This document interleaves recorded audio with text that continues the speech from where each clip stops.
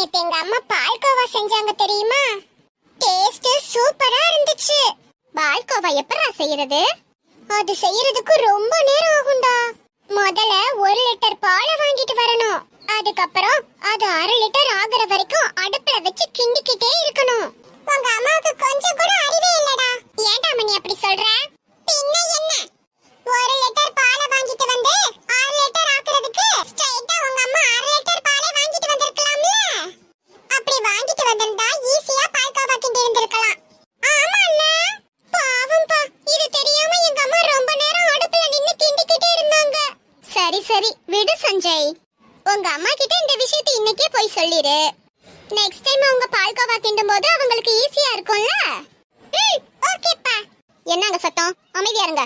யாருன்னு மட்டும் கண்டுபிடிச்சேன் தொலைச்சிடுவேன். தொலைக்கிறதுக்கு எதுக்கு கண்டுபிடிக்கணும்? அதானே.